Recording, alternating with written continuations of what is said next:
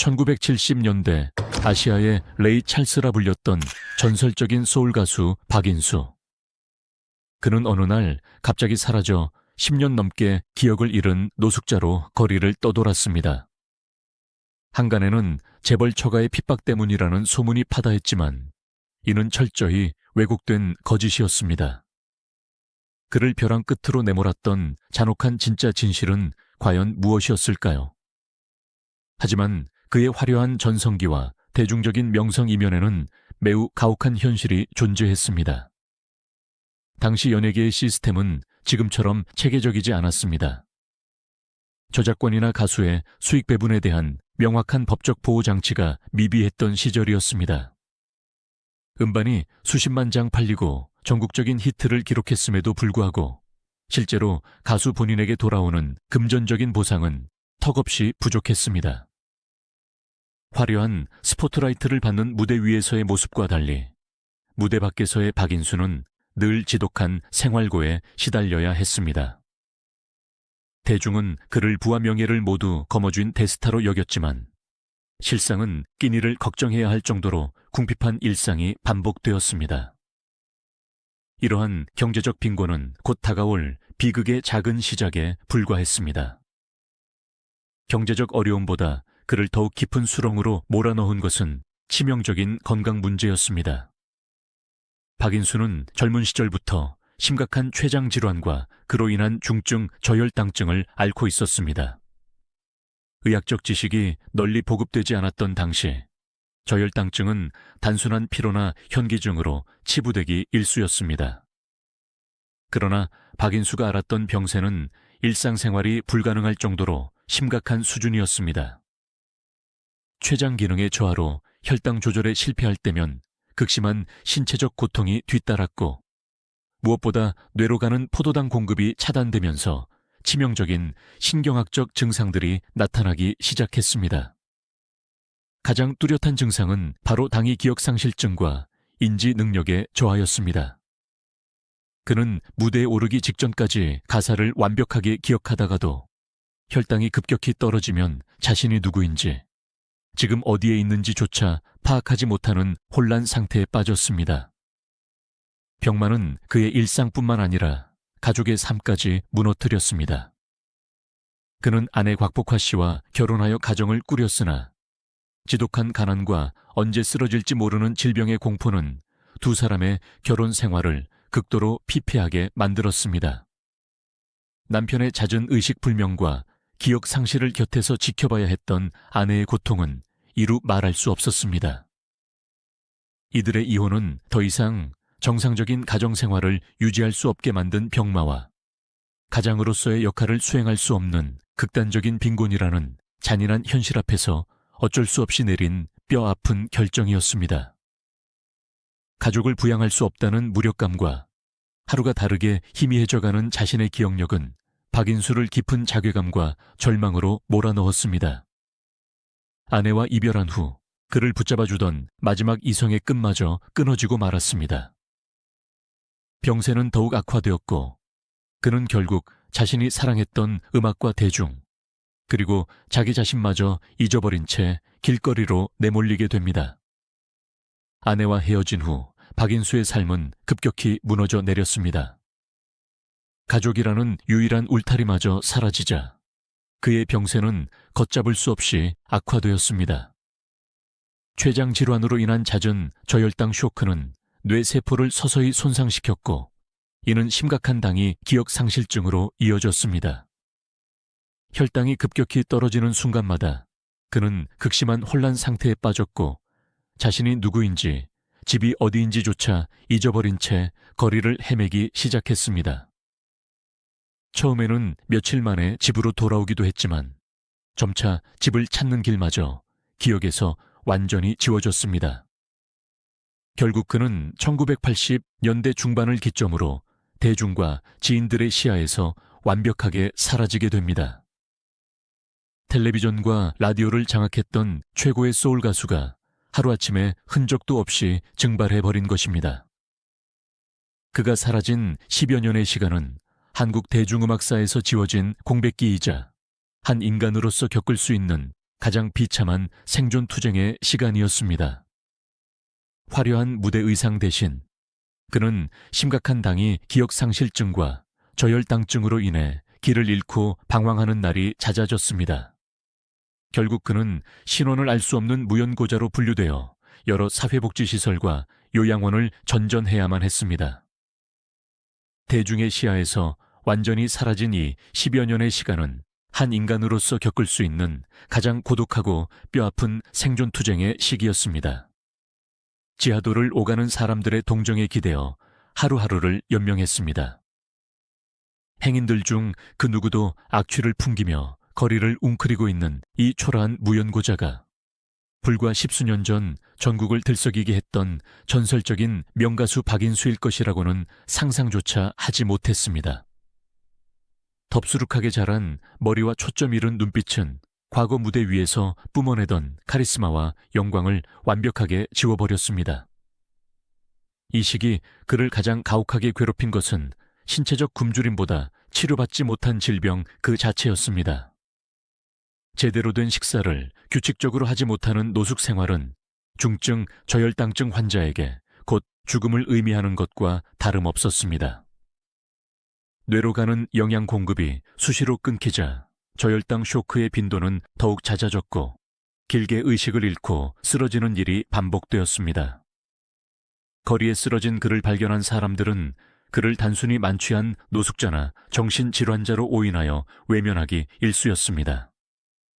간혹 순찰 중인 경찰이나 구급대에 의해 행여병자 수용시설이나 빈민병원으로 옮겨지기도 했지만 신원을 증명할 어떤 서류도 없었고 본인조차 자신의 이름과 과거를 전혀 기억하지 못했기 때문에 철저히 무연고자로 분류되었습니다. 이름 없는 번호로 불리며 열악한 수용시설과 거리를 오가는 끝없는 악순환 속에서 그의 육체는 점차 회복 불능의 상태로 망가져 갔습니다. 그럼에도 불구하고 그의 기억이 기계처럼 완전히 백지화된 것은 아니었습니다.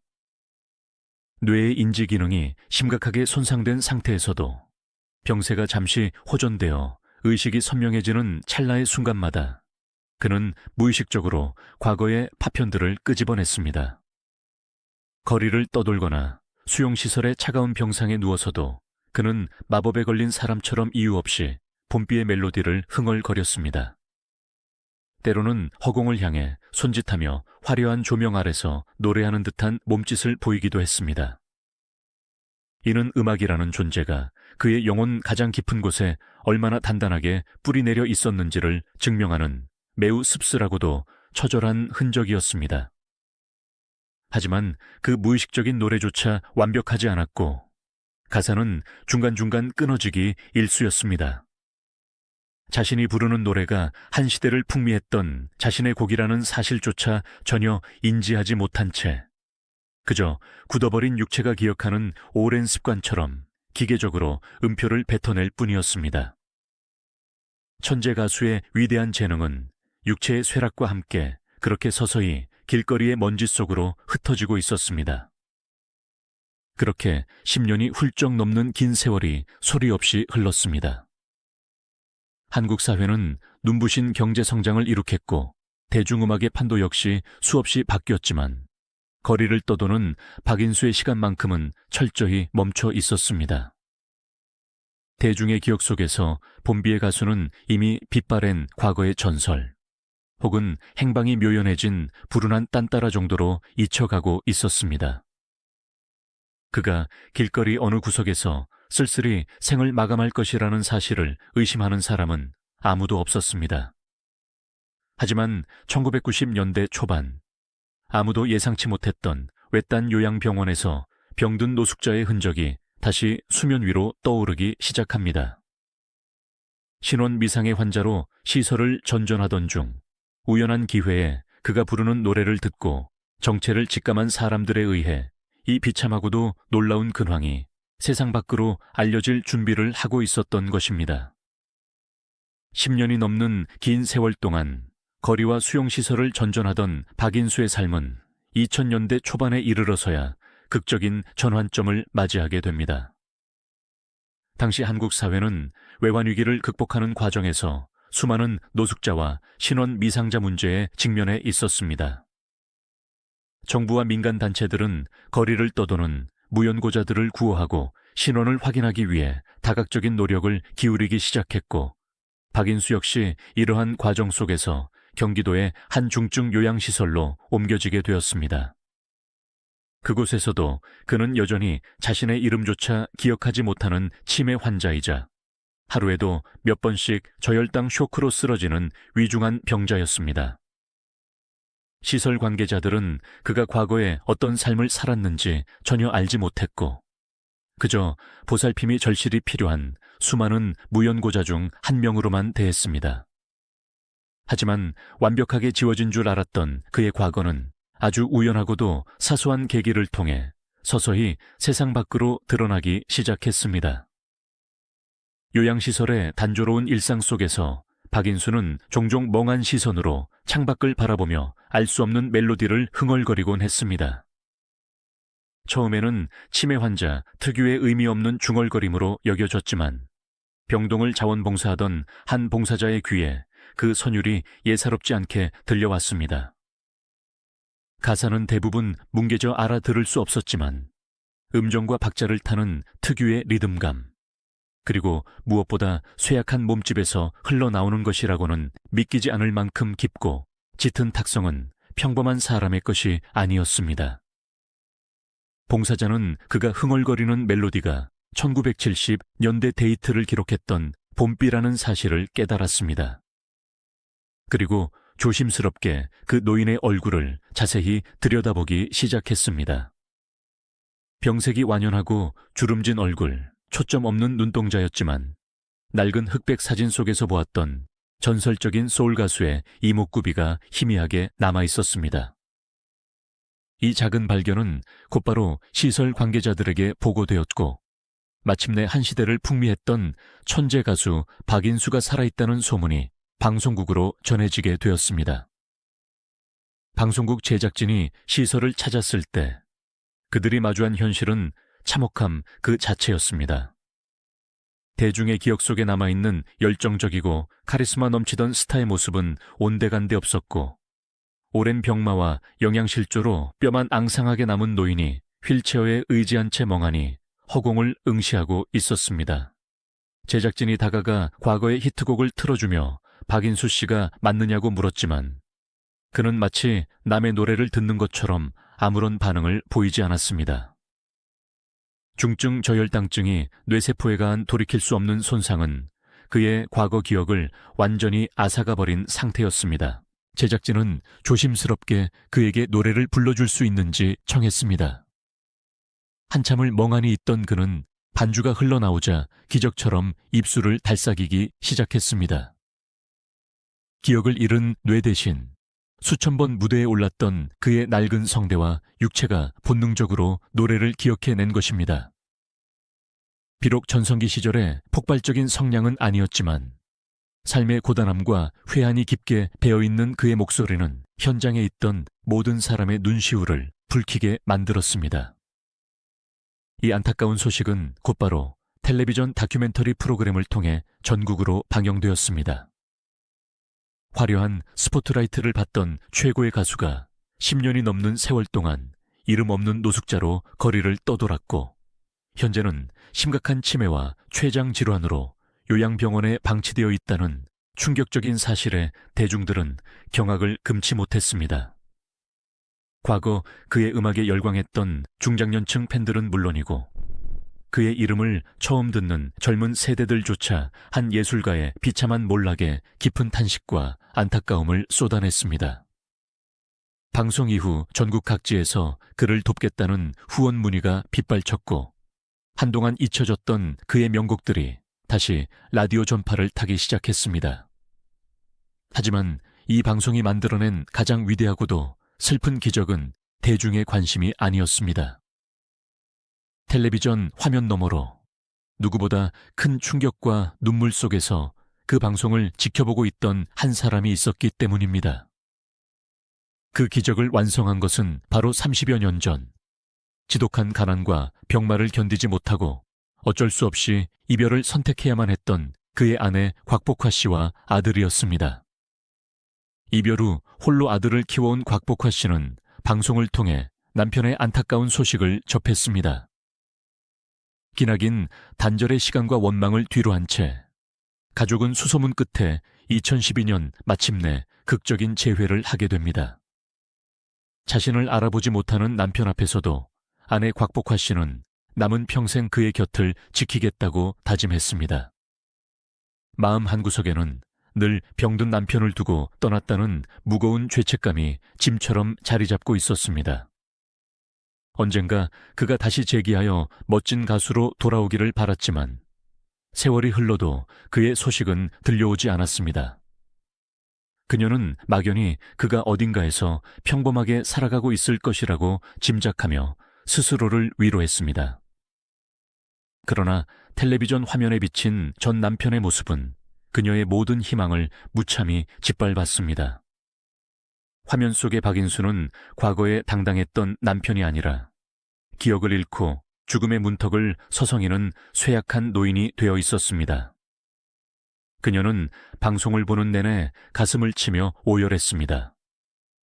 오직 지독한 가난과 질병 때문에 어쩔 수 없이 서로의 손을 놓아야 했던 과거의 뼈아픈 선택은 결국 감당할 수 없는 비극이 되어 돌아왔습니다. 방송이 나간 직후 곽복화 씨는 한치의 망설임 없이 박인수가 머물고 있는 요양병원으로 달려갔습니다. 병실 문을 열고 들어선 순간 그녀는 휠체어에 앉아 창밖을 멍하니 바라보는 초라한 뒷모습을 마주했습니다. 조심스럽게 다가가 그의 손을 잡고 이름을 불렀지만 박인수는 무표정한 얼굴로 그녀를 바라볼 뿐이었습니다.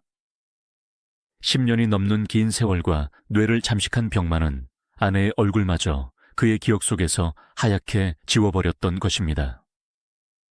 자신을 알아보지 못하는 남편의 공허한 눈동자를 마주한 곽복화 씨는 억장이 무너져 내리는 듯한 고통을 느꼈습니다. 하지만 그녀는 남편의 손을 놓지 않았습니다. 세상의 모든 사람들이 그를 잊고 심지어 그 자신조차 스스로를 잃어버렸을지라도 그녀만큼은 그를 끝까지 책임지겠다고 다짐했습니다. 그것은 단순히 과거의 인연에 대한 책임감을 넘어 혹독한 가난과 질병이라는 운명의 장난 앞에 무너져버렸던 두 사람의 삶을 다시 일으켜 세우려는 처절하고도 숭고한 결심이었습니다. 그녀는 곧바로 병원 측에 자신이 보호자임을 밝히고 박인수를 퇴원시켜 자신의 집으로 데려오기 위한 절차를 밟기 시작했습니다. 잃어버린 10년의 시간을 보상받기라도 하려는 듯 그녀는 남은 평생을 남편의 병간호에 바치기로 굳게 마음먹었습니다. 곽복화 씨가 박인수를 요양병원에서 데리고 나와 다시 자신의 집으로 모시는 과정은 결코 순탄치 않았습니다. 10년이 넘는 노숙 생활과 방치된 질병은 박인수의 육체와 정신을 심각하게 훼손한 상태였습니다. 병원 문을 나서며 그녀가 마주한 현실은 텔레비전 화면을 보며 느꼈던 슬픔 그 이상이었습니다.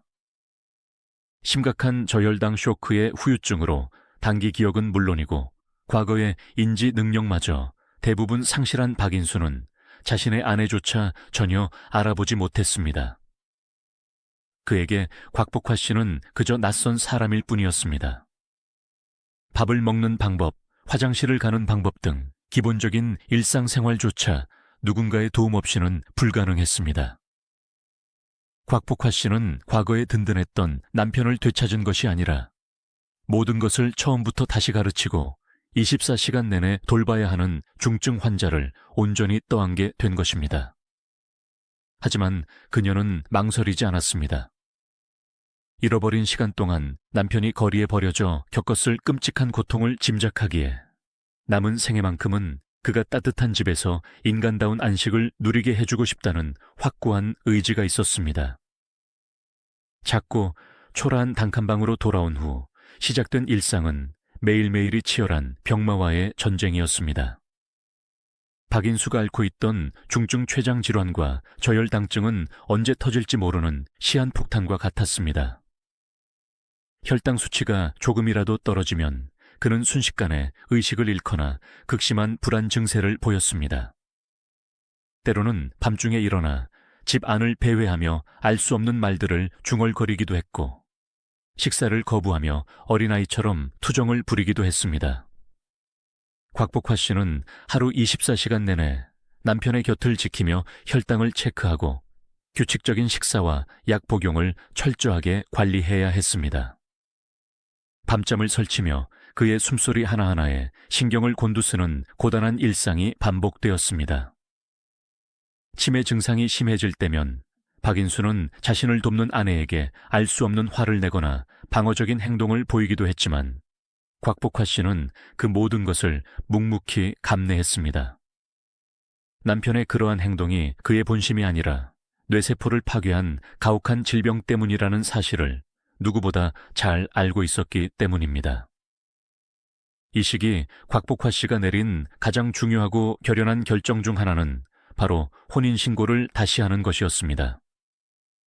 두 사람은 과거 극심한 가난과 잦은 투병 생활의 벽을 넘지 못하고 어쩔 수 없이 법적으로 남남이 되었지만, 곽복화 씨는 박인수의 합법적이고 유일한 보호자로서 그를 끝까지 책임지기 위해 주저없이 재결합을 선택했습니다. 수십 년 만에 다시 부부의 연을 맺는 서류에 도장을 찍으며 그녀는 과거 무대 위 화려했던 스타가 아닌 가장 낮고 병약한 모습의 남편을 온전히 자신의 삶으로 다시 받아들였습니다. 그녀에게 중요했던 것은 세상 사람들의 엇갈린 시선이나 억측이 아니라 눈앞에서 병마와 사투를 벌이고 있는 가엾은 남편의 마지막 여생을 지켜주는 것 오직 하나뿐이었습니다. 법적인 부부가 됨으로써 그녀는 의료진과 직접 상의하여 남편의 치료 방향을 주도적으로 결정할 수 있었고, 필수적인 의료 및 복지 혜택도 정상적으로 지원받을 수 있게 되었습니다. 시간이 흐르면서 곽복화 씨의 헌신적인 보살핌 덕분에 박인수의 신체적인 건강은 조금씩 안정을 찾아갔습니다. 철저하게 통제된 규칙적인 영양 공급과 의료적 처치로 인해 생명을 위협하던 저혈당 쇼크가 일어나는 빈도는 눈에 띄게 줄어들었고, 오랜 노숙 생활로 앙상했던 몸에도 점차 살이 붙기 시작했습니다. 얼굴에는 예전의 평온한 기색이 조금씩 맴돌았습니다. 하지만 오랜 시간 방치되어 완전히 파괴된 뇌세포와 신경망은 영영 회복되지 않았습니다. 그의 기억은 여전히 짙은 안개 속에 갇혀 있었고, 아내와 함께 불태웠던 젊은 시절의 애틋한 추억이나 자신이 한국 대중음악 역사에 한 획을 그은 최고의 소울 가수였다는 사실은 끝내 온전한 형태로 돌아오지 않았습니다.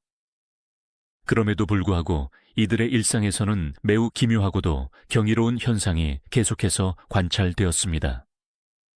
남편은 일상의 아주 평범한 대화나 최근의 일들은 전혀 기억하지 못하고 제대로 된 문장을 구사하지도 못했지만, 과거 자신이 불렀던 노래의 멜로디나 특유의 리듬감만큼은 뇌리 어딘가에 깊숙이 각인되어 있는 듯 했습니다. 텔레비전이나 라디오에서 우연히 흘러나오는 옛 가요를 듣거나 곁에 있던 아내가 조심스럽게 봄비에 익숙한 도입부 한 구절을 선창하면 그는 멍한 표정 속에서도 반사적으로 입술을 움직여 박자를 맞추곤 했습니다. 가사는 엉망으로 섞였고 전성기 시절에 웅장했던 쇳소리는 힘없이 갈라졌지만, 인지 능력이 철저히 상실된 육체의 폐허 속에서도 음악이라는 본능만큼은 마지막까지 살아남아 그의 생명력을 증명하고 있었습니다. 그것은 아내 곽복화 씨에게 남편이 아직 영혼의 밑바닥에서는 완전히 무너지지 않았음을 보여주는 유일하고도 처절한 위안이었습니다. 텔레비전 방송을 통해 촉발된 대중의 뜨거운 관심과 안타까움은 영원히 지속되지 않았습니다. 박인수가 아내 곽복화 씨의 품으로 돌아온 직후에는 여러 매체와 후원자들의 발길이 끊이지 않았지만, 매스컴의 조명이 다른 곳으로 옮겨가면서 두 사람의 일상은 다시 조용하고 고립된 현실로 돌아왔습니다. 10년이 넘는 거친 노숙 생활이 남긴 상흔은 단기간의 치료나 주변의 동정 어린 시선만으로 치유될 수 있는 성질의 것이 아니었습니다. 화려한 스포트라이트가 꺼진 거실에서 곽복화 씨가 마주해야 했던 것은 과거의 전설적인 가수가 아니라 스스로 대소변을 가리지 못하고 밥 숟가락을 쥐는 법조차 잊어버린 중증 치매 환자이자 만성 췌장염 환자였습니다. 대중은 화면 속에서 일시적인 감동과 연민을 느끼고 일상으로 돌아갔지만 곽복화 씨에게는 남편의 망가진 육체와 정신을 오롯이 홀로 감당해야 하는 끝없는 돌봄의 노동이 시작되었습니다. 가장 큰 어려움은 박인수의 뇌 기능을 갉아먹은 중증 저혈당증을 관리하는 일이었습니다. 췌장이 제 기능을 하지 못해 인슐린 분비에 치명적인 결함이 있었던 그는 식사 시간이 조금만 지연되거나 식사량이 부족해도 즉각적으로 저혈당 쇼크에 빠졌습니다. 쇼크가 오면 식은땀을 흘리며 온몸을 사시나무 떨듯 떨었고 심할 경우 의식을 잃고 발작을 일으키기도 했습니다. 이를 방지하기 위해 곽복화 씨는 하루에도 수차례씩 남편의 혈당을 측정하고 정확한 시간에 맞춰 정해진 양의 식사와 간식을 제공해야 했습니다. 새벽에도 알람을 맞춰놓고 일어나 남편의 호흡과 맥박을 확인하는 것이 그녀의 오랜 습관이 되었습니다. 하지만 치매로 인해 인지 능력이 유아 수준으로 퇴행한 박인수는 아내의 이러한 처절한 노력을 이해하지 못했습니다. 때로는 약을 먹지 않겠다고 고집을 피우거나 식사를 거부하며 음식을 바닥에 엎어버리는 등 공격적인 성향을 드러내기도 했습니다. 그럴 때마다 곽복화 씨는 화를 내는 대신 조용히 바닥을 치우고 남편을 달래며 다시 숟가락을 쥐어주어야 했습니다. 시간이 지나면서 한국 대중음악계 내부에서도 선배 가수 박인수를 기리고 돕고자 하는 움직임이 일어났습니다. 1970년대 함께 무대에 섰던 동료 음악인들과 그의 음악적 유산에 깊은 영향을 받은 후배 가수들이 주축이 되어 헌정 공연을 기획하거나 모금 운동을 벌이기도 했습니다. 가끔씩 동료나 후배들이 그가 머무는 집으로 찾아와 인사를 건네고 예시하기를 꺼내놓을 때면 박인수는 방문객들을 향해 그저 초점 없는 눈빛으로 예의 바르고 희미한 미소를 지어 보일 뿐이었습니다. 찾아온 이들이 과거 그와 함께 불렀던 노래를 부르며 눈물을 훔쳐도 그는 눈앞의 사람들이 누구인지, 왜 자신을 보며 우는지 전혀 알지 못했습니다. 자신을 존경한다고 말하는 후배들의 손을 잡고 있으면서도 그의 머릿속은 철저하게 비워져 있었습니다.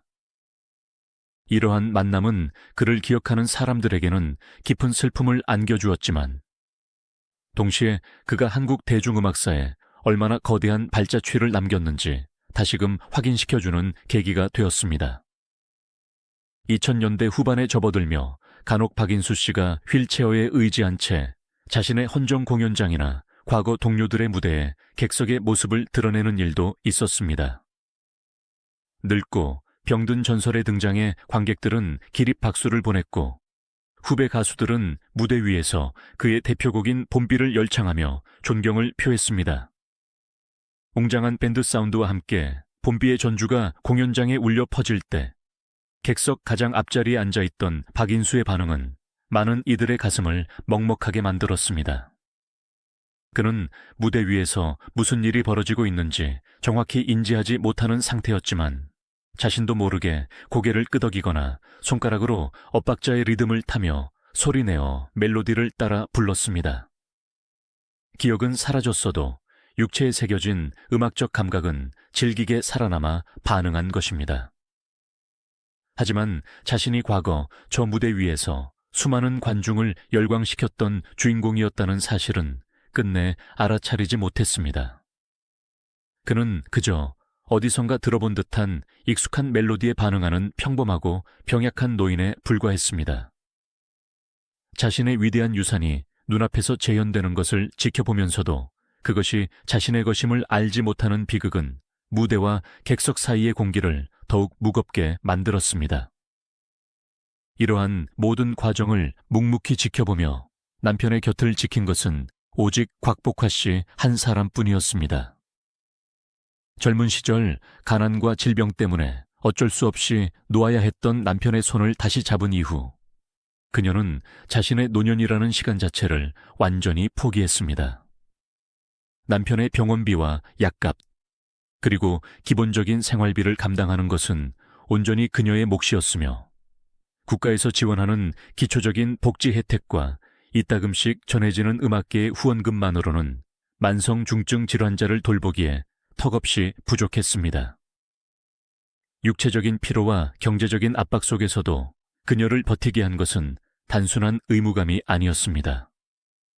그것은 과거 거리를 떠돌며 온갖 고초를 겪었을 남편에 대한 깊은 연민이자 이제는 안전하고 따뜻한 방 안에서 자신의 보살핌 아래 숨을 쉬고 있다는 그 하나의 사실이 주는 안도감이었습니다.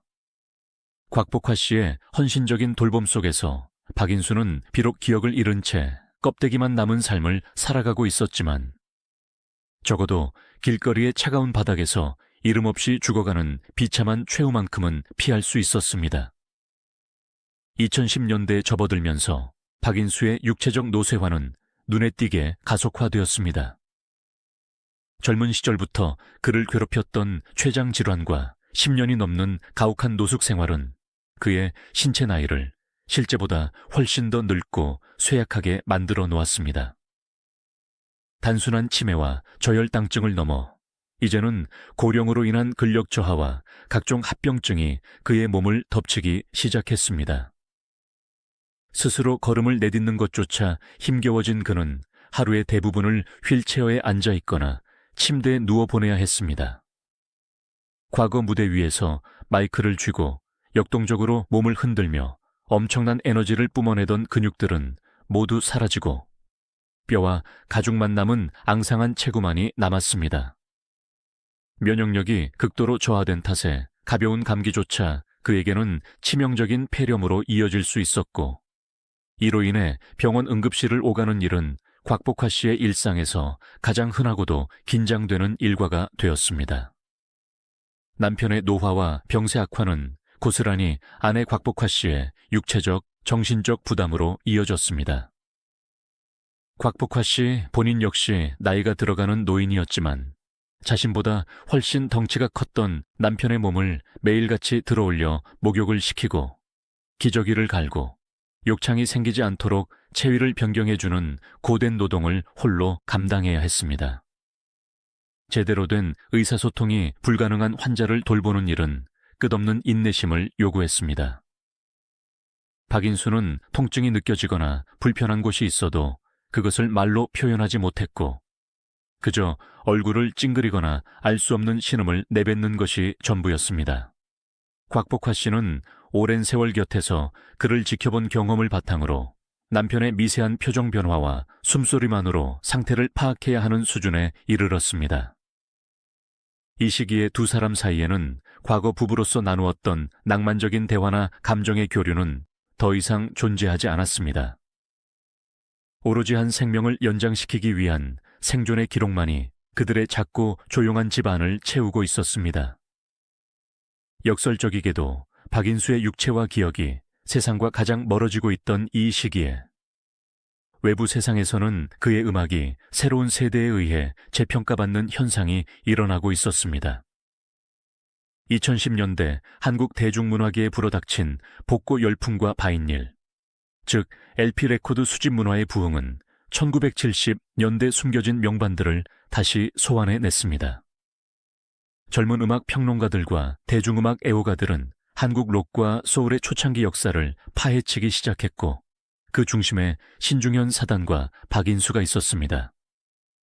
과거 대중들에게 단지 슬픈 사연을 가진 잊혀진 가수로 소비되던 그가 이제는 척박했던 한국 대중음악 토양에 흑인 음악의 뿌리를 내리게 한 성구적인 보컬리스트로 학술적이고 비평적인 조명을 받기 시작한 것입니다. 그가 전성기 시절에 녹음했던 오리지널 LP 음반들은 수집가들 사이에서 수십만 원을 호가하는 희귀반으로 거래되었고 젊은 뮤지션들은 그의 창법과 그루브를 연구하며 찬사를 보냈습니다. 하지만 세상의 이러한 뜨거운 재평가와 찬사는 그가 머물고 있는 조용한 방 안까지 닿지 못했습니다.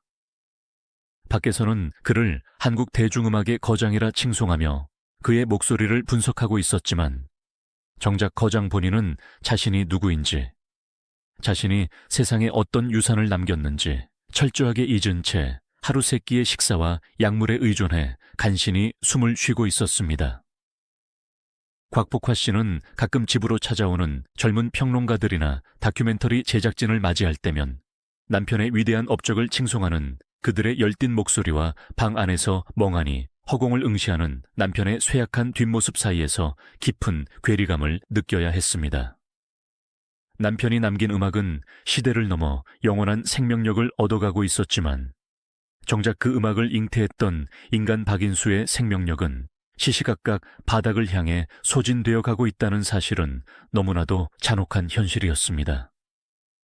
그녀에게 남편은 더 이상 위대한 예술가가 아니라 그저 오늘 하루도 무사히 혈당 쇼크 없이 넘겨주기를 바라는 가엾은 환자일 뿐이었습니다. 이 무렵 곽복화 씨는 남편의 기억을 되살리려는 모든 시도를 완전히 내려놓았습니다. 한때는 과거의 사진을 보여주거나 지인들을 집으로 초대해 어떻게든 남편의 다친 뇌세포를 자극해보려 애썼지만 그것이 남편에게 오히려 극심한 스트레스와 혼란만 가중시킨다는 것을 깨달았기 때문입니다. 무언가를 기억해내라고 다그칠 때마다 박인수는 심리적으로 몹시 불안해하며 방어적인 태도를 보였습니다. 곽복화 씨는 남편이 과거의 영광이나 비극적인 노숙의 기억, 그 어느 것도 떠올리지 못하는 현재의 상태가 어쩌면 뇌가 스스로를 보호하기 위해 선택한 가장 평온한 안식처일지도 모른다고 생각하게 되었습니다. 그녀는 남편을 억지로 세상의 시간표에 맞추려 하지 않고 남편의 느리고 단절된 시간에 자신의 삶을 완벽하게 동기화시켰습니다. 텔레비전의 볼륨을 낮추고 자극적인 소음을 차단한 채 두 사람만의 고요하고 규칙적인 일상을 유지하는 데 온 힘을 쏟았습니다. 가끔 컨디션이 좋은 날이면 곽복화 씨는 소형 오디오를 틀어 남편이 1970년대에 녹음했던 옛 노래들을 조용히 들려주곤 했습니다. 과거처럼 남편이 노래를 따라 부르거나 리듬을 타는 역동적인 반응은 더 이상 나타나지 않았습니다. 병세가 깊어지면서 신체적인 반응조차 무뎌진 탓이었습니다. 하지만 익숙한 전주가 흐르고 자신의 젊은 시절 목소리가 방 안을 채울 때면 초점 없이 흔들리던 박인수의 눈빛이 찰나의 순간이나마 고요하게 가라앉는 것을 곽복화 씨는 포착할 수 있었습니다. 마치 영혼의 가장 깊은 곳에 남아있는 어떤 본능적인 안도감이 그를 감싸는 듯했습니다. 그녀는 그저 남편의 차가워진 손을 가만히 쥐고 그 음악을 함께 들었습니다. 대화도 기억의 공유도 없었지만 그 침묵의 시간이야말로 수십 년의 세월 동안 온갖 풍파와 오해, 질병의 고통을 겪어낸 두 사람이 마침내 도달한 가장 슬프고도 완벽한 형태의 평화였습니다. 2010년대 후반으로 넘어가면서 박인수의 시간은 외부 세계의 속도와는 완전히 단절된 채 더욱 느리고 무겁게 흘러갔습니다. 노인성 질환과 오랜 지병의 합병증은 그를 침대라는 좁은 공간에 완전히 고립시켰습니다. 이제 휠체어에 앉아 창밖을 바라보는 것조차 그에게는 벅찬 일과가 되었습니다. 근육은 완전히 소실되어 뼈마디가 앙상하게 드러났고 뇌의 인지 기능 저하는 신체의 기본적인 반사신경마저 앗아갔습니다. 한때 폭발적인 가창력을 뿜어내던 그의 성대는 이제 쇳소리가 섞인 미세한 신음만을 간신히 뱉어낼 뿐이었습니다. 가장 뼈아픈 변화는 음식을 삼키는 연화장애가 찾아온 것이었습니다. 췌장 질환으로 인한 극심한 소화불량에 더해 음식물을 삼키는 근육의 기능이 저하되면서 식사 시간은 매번 생사를 건 사투가 되었습니다. 자칫 음식물이 기도로 넘어가 흡인성 폐렴을 일으키면 곧바로 치명적인 결과로 이어질 수 있었기 때문입니다. 곽복화 씨는 모든 음식을 미음 형태로 갈아 아주 적은 양씩, 오랜 시간에 걸쳐 조심스럽게 먹여야 했습니다. 한 시대를 풍미했던 위대한 보컬리스트가 이제는 스스로 물 한 모금조차 삼키기 힘든 연약한 존재로 변해버린 셈입니다. 이 즈음 곽복화 씨의 돌봄 노동은 한 인간이 감당할 수 있는 한계치를 넘나들고 있었습니다. 하루 24시간, 1년 365일, 단 하루의 휴일도 없는 가혹한 일상이었습니다.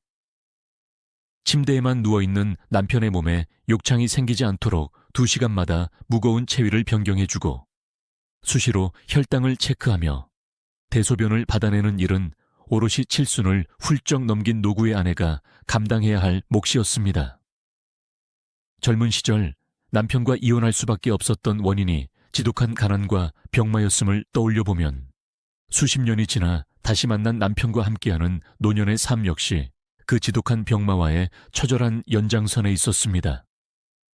하지만 곽복화 씨는 단 한 번도 남편을 다시 집으로 데려온 자신의 선택을 후회하지 않았습니다.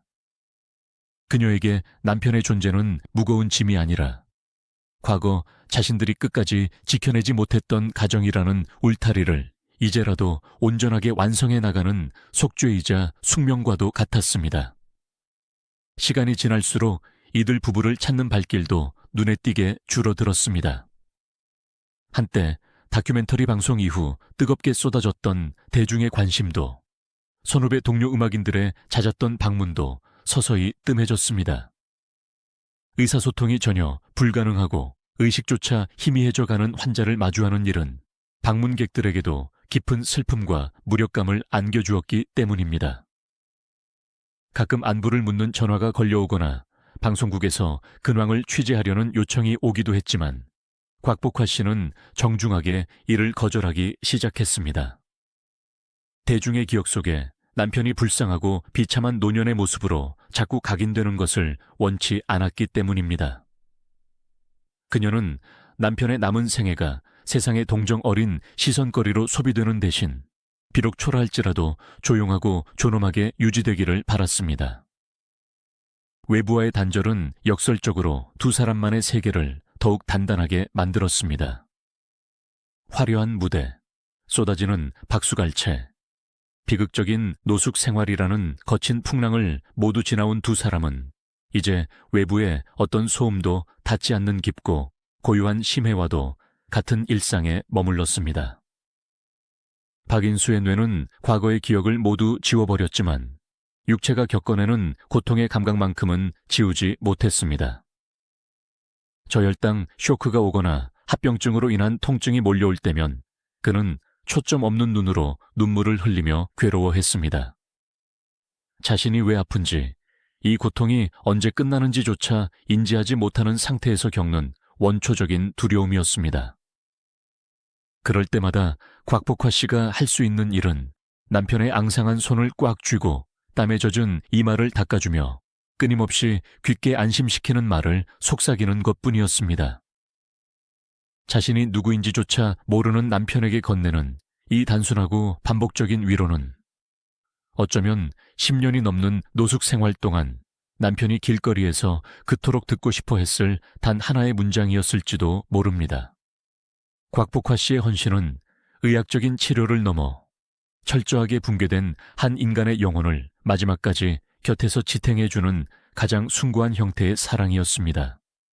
이러한 고요하고 처절한 투병 생활은 박인수가 세상을 떠날 때까지 수년간 변함없이 지속되었습니다. 병세는 호전될 기미 없이 아주 느리지만 확실하게 악화일로를 걷고 있었습니다. 의료진조차 그가 이렇게 오랜 시간 생존해 있는 것을 두고 기적이라 불렀습니다.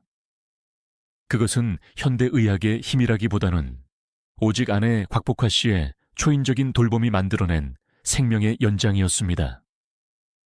췌장이 망가지고 뇌세포가 파괴되어 스스로 생존할 수 있는 능력을 완전히 상실한 육체가 오직 아내의 손길과 정성이라는 외부의 에너지에 기대어 간신히 호흡을 이어가고 있었던 것입니다. 이 시기에 박인수는 이미 대중가수로서의 수명을 다한 지 오래였지만 역설적이게도 한 인간이 다른 인간에게 온전히 의탁하여 삶을 마무리해가는 가장 가슴 아프고도 진실된 생의 마지막 장을 써 내려가고 있었습니다. 2020년대에 접어들며 전 세계를 강타한 코로나19 팬데믹은 이 노부부의 고립된 일상을 더욱 깊고 단절된 세계로 몰아넣었습니다. 면역력이 완전히 바닥난 최고령의 중증 기저질환자인 박인수에게 바이러스 감염은 곧 즉각적인 죽음을 의미했습니다. 곽복화 씨는 남편을 지키기 위해 집 안을 완벽한 무균실처럼 통제해야만 했습니다. 외부와의 접촉은 철저하게 차단되었고 필수적인 약을 처방받기 위해 병원을 방문하는 일조차 목숨을 건 외출이 되었습니다. 과거에는 요양보호사나 방문 간호사의 도움을 아주 가끔이라도 받을 수 있었지만 감염의 두려움 때문에 그마저도 모두 중단해야 했습니다.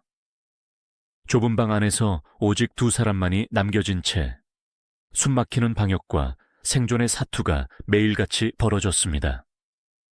세상은 바이러스의 공포에 휩싸여 요동쳤지만 박인수의 시간은 바이러스조차 침투할 수 없는 정막 속에서 아주 느리게 소멸해가고 있었습니다. 이 시기 박인수의 신체 기능은 돌이킬 수 없는 마지막 단계에 진입했습니다. 췌장 기능의 완전한 상실과 뇌 손상의 가속화는 이제 그가 음식을 삼키는 최소한의 반사작용마저 지워버렸습니다. 입으로 미음을 넘기는 것조차 불가능해지자 결국 의료진의 권고에 따라 콧줄을 통해 특수 영양액을 위장으로 직접 주입하는 방식인 비위관 영양 공급을 시작해야만 했습니다. 한때 무대 위에서 거친 숨소리를 내뱉으며 마이크를 움켜쥐던 그의 입과 코에는 이제 생명을 연장하기 위한 가느다란 플라스틱 튜브가 연결되었습니다. 영양액이 천천히 몸속으로 흘러들어가는 몇 시간 동안 그는 미동도 없이 누워 천장만을 응시했습니다. 곽복화 씨는 남편의 코에 연결된 튜브를 소독하고 영양액의 속도를 조절하며 인간의 기본적인 욕구인 먹는 즐거움마저 상실해버린 남편의 앙상한 얼굴을 하염없이 바라봐야 했습니다. 이것은 단순한 연명의료를 넘어 생명의 불꽃이 완전히 꺼지지 않도록 억지로 붙잡아두는 처절한 과정이었습니다. 말을 잃고 움직임을 잃은 남편 곁에서 곽복화 씨가 마주해야 했던 가장 큰 고통은 지독한 외로움과 예견된 이별에 대한 두려움이었습니다. 남편은 숨을 쉬고 천을 나누고 있었지만 정서적인 교감은 이미 오래전에 끊어진 상태였습니다. 그녀가 묻는 말에 대답하지 못하고 그녀의 헌신의 미소로 화답하지도 못하는 남편을 홀로 돌보는 일은 밑빠진 독에 물을 붓는 것처럼 허무하고 외로운 싸움이었습니다. 밤이 깊어지고 방 안의 오래된 시계 초침 소리만 크게 울릴 때면 그녀는 남편의 가슴 위에 가만히 손을 얹고 희미하게 뛰는 심장 박동을 확인하곤 했습니다. 언제 멈추어도 이상하지 않을 만큼 불규칙하고 약한 맥박이었습니다. 그녀는 매일 밤 잠자리에 들며 내일 아침 남편이 다시 눈을 뜨지 못할 수도 있다는 잔인한 현실을 조용히 받아들이는 연습을 해야 했습니다. 기적적인 회복을 바라는 헛된 희망은 버린 지 오래였고 그저 남편이 떠나는 마지막 순간에 고통스럽지 않기만을 바라는 간절한 기도만이 그녀의 일상을 지탱했습니다. 병세가 극도로 악화되면서 집에서의 간병은 더 이상 물리적으로 불가능한 한계에 다다랐습니다. 잦은 호흡 곤란과 원인을 알 수 없는 고열, 그리고 욕창의 악화를 막기 위해서는 전문적인 의료시설의 24시간 관리가 필수적이었습니다. 결국 곽복화 씨는 가슴을 찢는 듯한 결단을 내리고 남편을 중증 요양병원으로 다시 옮겨야만 했습니다. 10여 년 전 길거리를 떠돌다 기억을 잃은 남편을 요양시설에서 처음 찾아내 집으로 데려왔던 그녀가 이제는 생의 마지막을 준비하기 위해 다시 남편을 병원의 하얀 침대 위로 돌려보내야 하는 얄궂은 운명과 마주한 것입니다. 구급차에 실려 집을 떠나던 날, 박인수는 자신이 어디로 가는지, 왜 아내의 품을 떠나야 하는지 전혀 알지 못하는 빈눈으로 허공을 향해 초점 잃은 시선을 던질 뿐이었습니다. 곽복화 씨는 구급차 안에서 남편의 차가워진 손을 얼굴에 비비며 소리 없이 눈물을 삼켰습니다. 그것은 사실상 두 사람이 함께했던 작은 집과의 영원한 작별 인사였습니다. 병원에 입원한 후의 삶은 철저하게 의료기계와 수치에 의존하는 시간이었습니다. 산소호흡기가 그의 부족한 숨을 대신 채워주었고, 심박수와 산소 포화도를 나타내는 모니터의 기계음만이 그의 생존을 증명했습니다. 코로나19 방역 지침으로 인해 면회조차 엄격하게 제한되었기 때문에 곽복화 씨는 남편의 곁을 온전히 지킬 수 없었습니다. 짧게 허락된 면회 시간마다 방호복을 입고 유리병 너머로 혹은 굳게 닫힌 병실 문틈 사이로 남편의 쇠약한 호흡을 지켜봐야 했습니다. 10년이 넘는 세월 동안 단 하루도 떨어져 본 적 없던 부부에게 이 강제된 생이별은 너무나도 가혹했습니다. 곽복화 씨는 병원 로비에 차가운 의자에 앉아 남편이 자신도 모르는 사이에 외롭게 눈을 감을지도 모른다는 극도의 불안감 속에서 하루하루를 버텨냈습니다. 이 무렵 병상에 누워 의식을 잃어가는 박인수의 바깥 세상에서는 봄이 찾아오고 비가 내릴 때마다 어김없이 그의 낡은 노래가 라디오 주파수를 타고 흐르고 있었습니다. 거리에 내리는 봄비는 사람들의 마음에 따뜻한 위로와 낭만을 선사했지만 그 노래를 불렀던 당사자는 정작 차가운 병실 안에서 생사의 갈림길을 헤매고 있다는 사실은 대중음악이 가진 가장 슬픈 역설이었습니다. 라디오 DJ들은 그의 음악적 업적을 기리며 봄비의 짙은 소울을 찬양했지만 마이크 너머에 있는 그 누구도 전설적인 가수의 현재가 얼마나 참혹하고 고독하게 시들어가고 있는지 정확히 알지 못했습니다. 그의 목소리는 시대를 초월하여 불멸의 생명력을 얻었지만 정작 그 목소리를 세상에 토해냈던 육체는 철저하게 세상으로부터 잊힌 채 조용한 마침표를 향해 나아가고 있었습니다. 의식이 혼탁해진 상태에서도 아주 가끔 찰나의 순간 박인수가 눈을 뜨고 무언가를 응시할 때가 있었습니다. 의료진이나 간병인이 아닌 오직 곽복화 씨가 면회를 와서 그의 귓가에 조용히 말을 건넬 때였습니다. 남편은 말을 하지 못하고 몸을 움직이지도 못했지만 아내의 목소리가 들리면 아주 미세하게 눈꺼풀을 떨거나 손끝을 움찔거리는 것으로 반응을 보였습니다. 뇌의 인지 기능이 완전히 파괴된 상태에서도 수십 년간 자신의 곁을 지켜준 아내의 온기와 목소리만큼은 영혼의 가장 깊은 곳에 남아 본능적으로 반응했던 것입니다. 곽복화 씨는 그 미세한 떨림 하나를 놓치지 않기 위해 남편의 귀에 입을 바짝 대고 "나 여기 있어요. 당신 곁에 있어요." 라는 말을 수없이 반복했습니다. 드라마나 영화에서 흔히 묘사되는 죽음을 앞두고 갑자기 정신이 돌아와 극적인 유언을 남기거나 지나간 삶을 참회하는 일은 결코 일어나지 않았습니다. 중증 치매와 지병이 갉아먹은 현실의 이별은 그저 아무런 말도 감정의 교류도 없이 조용히 쓰러져가는 과정일 뿐이었습니다. 그의 호흡은 날이 갈수록 얕아졌고 모니터의 수치들은 점차 생명의 한계점 아래로 떨어지고 있었습니다. 의사는 곽복화 씨에게 마음의 준비를 하라는 무거운 통보를 전했습니다. 수십 년 전 처음 만났을 때 찬란했던 무대 위 모습, 가난과 병매 지쳐 돌아서야 했던 뼈아픈 이별, 그리고 10여 년 전 거리에서 모든 것을 잃어버린 채 발견된 남편을 다시 끌어안았던 순간들이 그녀의 머릿속을 주마등처럼 스쳐 지나갔습니다. 세상 사람들은 남편을 위대한 소울의 거장 혹은 신분 차이에 희생된 비운의 인물로 기억할지 모르지만 곽복화 씨에게 그는 그저 평생토록 짊어지고 가야 했던 무겁고도 애틋한 운명 그 자체였습니다. 그녀는 남편의 야윈볼에 자신의 얼굴을 비비며 다가올 이별의 시간을 묵묵히 받아들이고 있었습니다. 이제 그가 세상에 남긴 거친 숨소리가 멈추기까지는 그리 많은 시간이 남아있지 않았습니다. 2025년 여름, 박인수의 육체적 시간은 명백하게 끝을 향해 달려가고 있었습니다. 오랜 기간 알츠하이머와 췌장 질환으로 투병하던 그는 폐렴까지 겹치며 건강이 급격히 악화되었습니다. 결국 2025년 8월 18일 한국 대중음악에 소울의 숨결을 불어넣었던 전설적인 가수 박인수는 가족들이 지켜보는 가운데 조용히 눈을 감았습니다. 향년 78세. 길고 잔인했던 병마와의 싸움이 마침내 완벽한 침묵 속으로 가라앉는 순간이었습니다. 한 시대를 뒤흔들었던 전설적인 소울 가수의 마지막은 영화나 드라마에서 흔히 묘사되는 극적인 이별과는 거리가 멀었습니다. 잃어버린 기억이 기적처럼 돌아와 아내의 이름을 부르지도 않았고 지나간 삶에 대한 회한을 남기지도 않았습니다.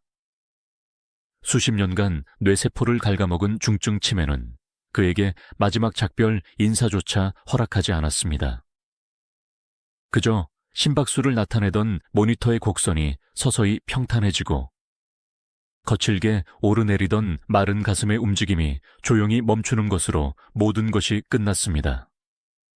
그것은 길고 잔인했던 병마와의 싸움이 마침내 완벽한 침묵 속으로 가라앉는 순간이었습니다. 의료진의 사망 선고가 내려진 텅 빈 병실에서 곽복화 씨는 남편의 아직 식지 않은 손을 부여잡고 소리 없는 눈물을 쏟아냈습니다. 남편의 죽음 앞에서 곽복화 씨가 느낀 감정은 단순한 슬픔으로만 설명될 수 없는 복잡하고도 무거운 것이었습니다. 10년이 넘는 거친 노숙 생활 끝에 기억을 잃은 채 발견된 남편을 다시 집으로 데려와 자신의 온 삶을 갈아 넣으며 24시간 곁을 지켰던 지난 20여 년의 세월이었습니다.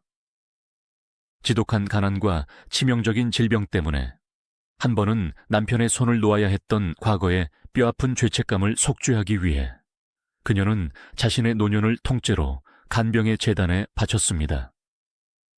이제 그 길고 고통스러웠던 의무가 영원히 끝났다는 사실은 가슴을 짓누르던 거대한 바위가 사라진 듯한 먹먹한 해방감과 함께 앞으로 남은 생을 무엇으로 채워야 할지 모를 거대한 공허함을 동시에 안겨주었습니다.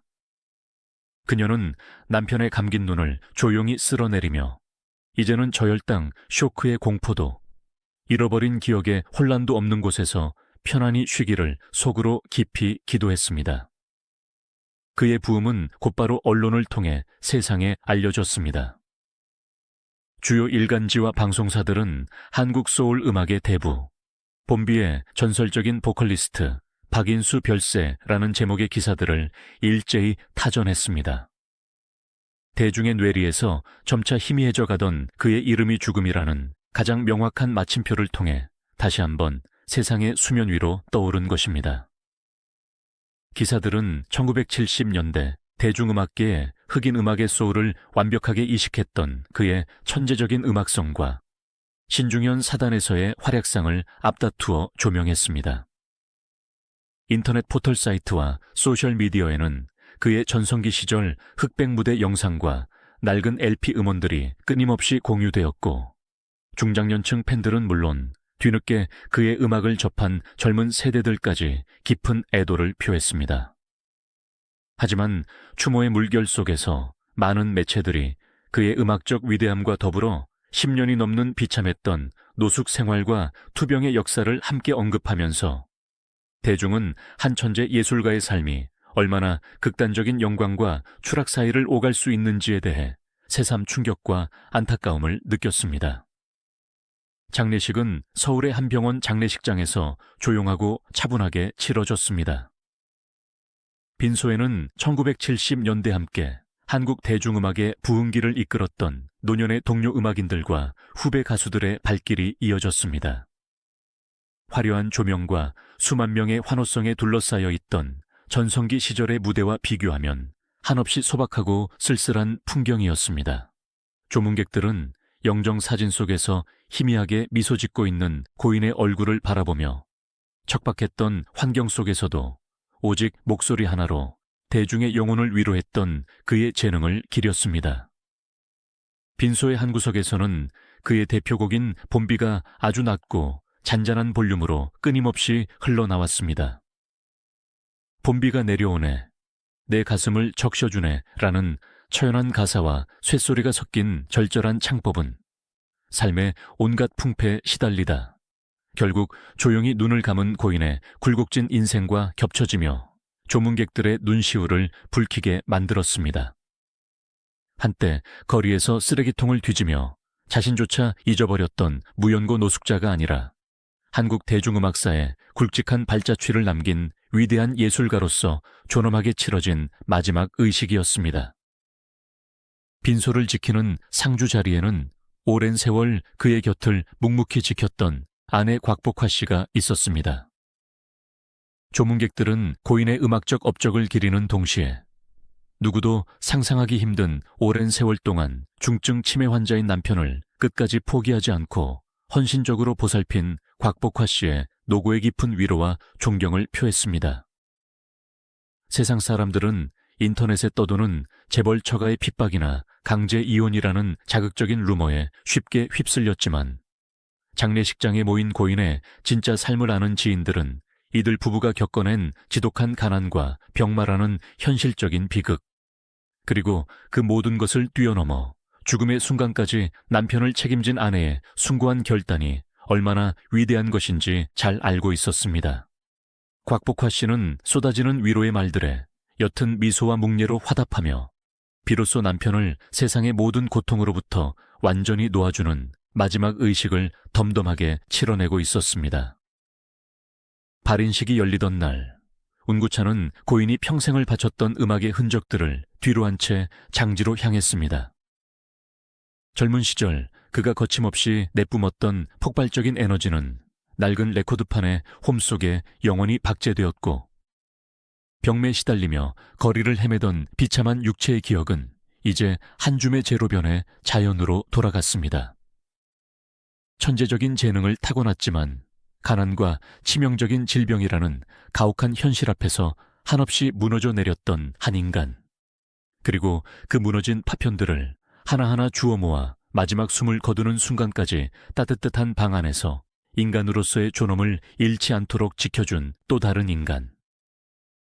이 두 사람의 길고 잔인했지만 결국은 사랑과 책임으로 완성된 생애는 박인수라는 가수의 퇴장과 함께 역사의 뒤양일로 영원히 사라지고 있었습니다. 세상은 한 명의 위대한 가수를 잃었지만 동시에 질병이라는 거대한 절망 앞에서도 끝내 인간성을 포기하지 않았던 가장 현실적이고도 시린 삶의 기록 하나를 마침표와 함께 간직하게 되었습니다.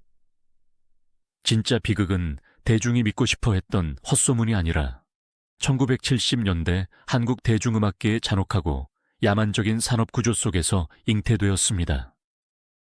당시 대한민국은 급격한 산업화의 길을 걷고 있었지만 대중문화 예술인들에 대한 사회적 인식이나 법적 보호 장치는 원시적인 수준에 머물러 있었습니다. 지금의 아이돌이나 톱가수들이 누리는 체계적인 매니지먼트 시스템이나 저작권료, 음원 수익 분배 같은 개념은 아예 존재하지 않았습니다. 가수가 음반을 발표하고 수십만 장의 판매고를 올려 전국적인 히트를 기록하더라도 그 수익의 대부분은 음반 제작사나 유통업자가 독식하는 구조였습니다. 가수에게 돌아오는 것은 앨범 녹음 시 받는 턱없이 적은 수고비와 야간업소, 즉 밤무대 출연을 통해 얻는 현금 수입이 전부였습니다. 박인수 역시 봄비라는 곡으로 한국 음악사에 남을 엄청난 명성을 얻었지만 그 명성이 결코 경제적인 부로 직결되지는 않았습니다. 대중의 눈에 그는 화려한 무대 위의 스타였지만 현실의 그는 가족의 생계조차 온전히 책임지기 힘든 일용직 노동자와 다를 바 없는 불안정한 경제적 지위에 놓여 있었습니다. 이러한 구조적인 빈곤은 그의 건강 문제를 더욱 악화시키는 결정적인 원인이 되었습니다. 췌장 기능의 이상으로 인한 중증 저혈당증은 꾸준하고 체계적인 의학적 관리와 영양 섭취가 필수적인 질병입니다. 하지만 밤낮이 바뀐 불규칙한 생활과 열악한 경제적 형편 속에서 그가 제대로 된 치료를 받기란 불가능에 가까웠습니다. 병이 악화되어 무대에서 쓰러지거나 기억을 잃는 증상이 나타났을 때조차 당시 사회는 이를 의학적인 질병으로 심각하게 받아들이기보다는 예술가 특유의 기행이나 과도한 음주로 인한 방탕한 사생활 정도로 치부해버리는 경향이 짙었습니다. 정신건강이나 뇌신경계 질환에 대한 사회적 이해도가 턱없이 부족했던 시절, 박인수는 아픈 환자가 아니라 자기 관리에 실패한 불성실한 연예인이라는 낙인 속에서 서서히 무너져 내려야 했습니다. 국가의 의료복지 시스템이나 예술인 보호망이 전무했던 시대적 상황 속에서 그의 질병은 오롯이 개인과 가정이 짊어져야 할 참혹한 형벌이 되었습니다. 결국 가난과 질병이라는 이중고는 그가 유일하게 의지했던 가족이라는 울타리마저 무너뜨렸습니다. 세상이 소비하기 좋아했던 자극적인 소문 이면에는 언제 쓰러질지 모르는 남편을 지켜보며 벼랑 끝 같은 가난 속에서 가정을 지키려 발버둥 쳤던 아내의 잔혹한 현실만이 존재했습니다. 사랑만으로는 극복할 수 없는 육체적, 경제적 한계 앞에서 두 사람은 어쩔 수 없이 서로의 손을 놓아야만 했습니다. 이것은 개인의 도덕성이나 의지의 문제가 아니라 당시의 척박한 사회 시스템이 한 개인을 어떻게 철저하게 고립시키고 파괴할 수 있는지를 보여주는 잔인한 증거입니다. 박인수가 거리를 떠도는 노숙자로 전락한 10년의 시간 역시 이 사회가 병들고 가난한 예술가를 어떻게 방치하고 길거리에 내버려 두었는지를 증명하는 부끄러운 자화상입니다. 그가 쓰레기통을 뒤지며 잃어버린 기억 속을 헤매는 동안 그가 불렀던 노래들은 끊임없이 소비되며 누군가의 배를 불리고 있었던 기형적인 현실을 우리는 직시해야 합니다. 가짜뉴스와 자극적인 루머가 박인수의 삶을 왜곡하는 동안 가장 철저하게 소외되고 지워진 인물은 바로 그의 아내 곽복화 씨였습니다.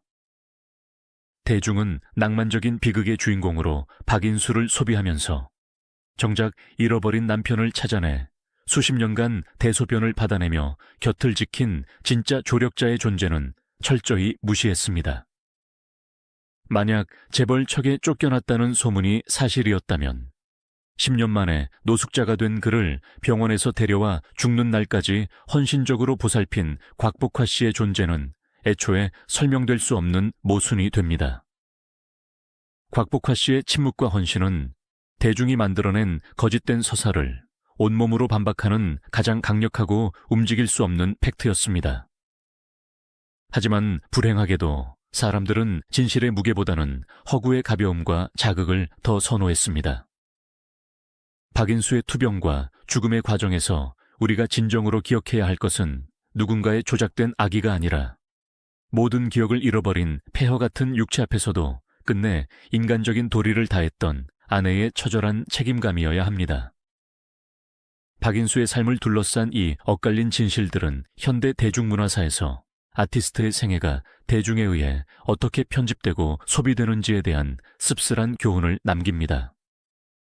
한 시대를 위로했던 천재 가수의 말로가 비참했다는 사실만으로도 이미 충분히 비극적이지만 그 비극의 원인을 엉뚱한 곳으로 돌려 실존 인물들에게 씻을 수 없는 상처를 남기고 진짜 문제의 본질인 사회적 빈곤과 복지의 부재를 가려버리는 행위는 또 다른 형태의 폭력입니다.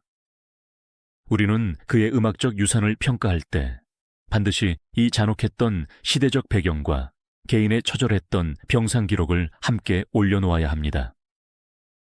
무대 위에서 스포트라이트를 받으며 소울을 부르짖던 빛나는 순간뿐만 아니라 화려한 무대 뒤에서 췌장이 녹아내리는 고통을 견디며 하루하루 생존을 위해 발버둥 쳐야 했던 어두운 이면 역시 박인수라는 인간을 구성하는 온전한 역사이기 때문입니다.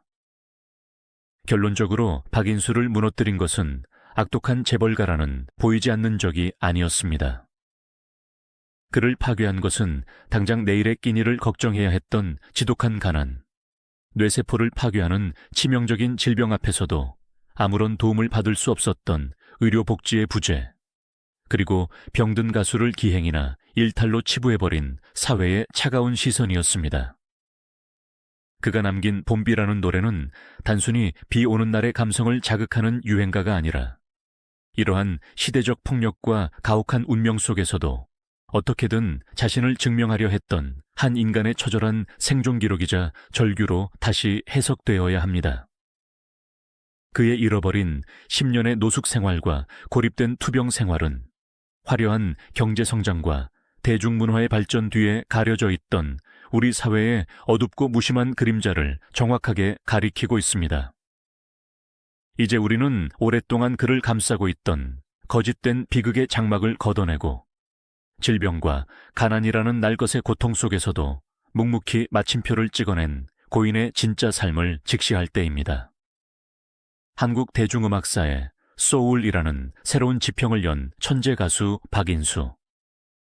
비록 그의 삶은 질병과 가난이라는 벼랑 끝으로 내몰렸지만 그가 남긴 봄비의 짙은 목소리는 여전히 시대를 초월해 대중의 가슴을 적시고 있습니다. 화려한 무대 뒤에서 모든 것을 잃어버렸던 그를 마지막까지 존엄하게 지켜준 가족의 헌신은 굴곡진한 예술가의 생애 끝에 남겨진 진정한 사랑의 유산일 것입니다. 세상의 왜곡된 시선과 육체의 참혹한 쇠락 속에서도 묵묵히 자신의 운명을 견뎌낸 고인의 명복을 빌며 비가 내리는 어느 날 우연히 그의 노래를 다시 듣게 된다면 무대 뒤에 숨겨져 있던 고단하고도 진실했던 한 인간의 삶을 가만히 떠올려 보시기 바랍니다.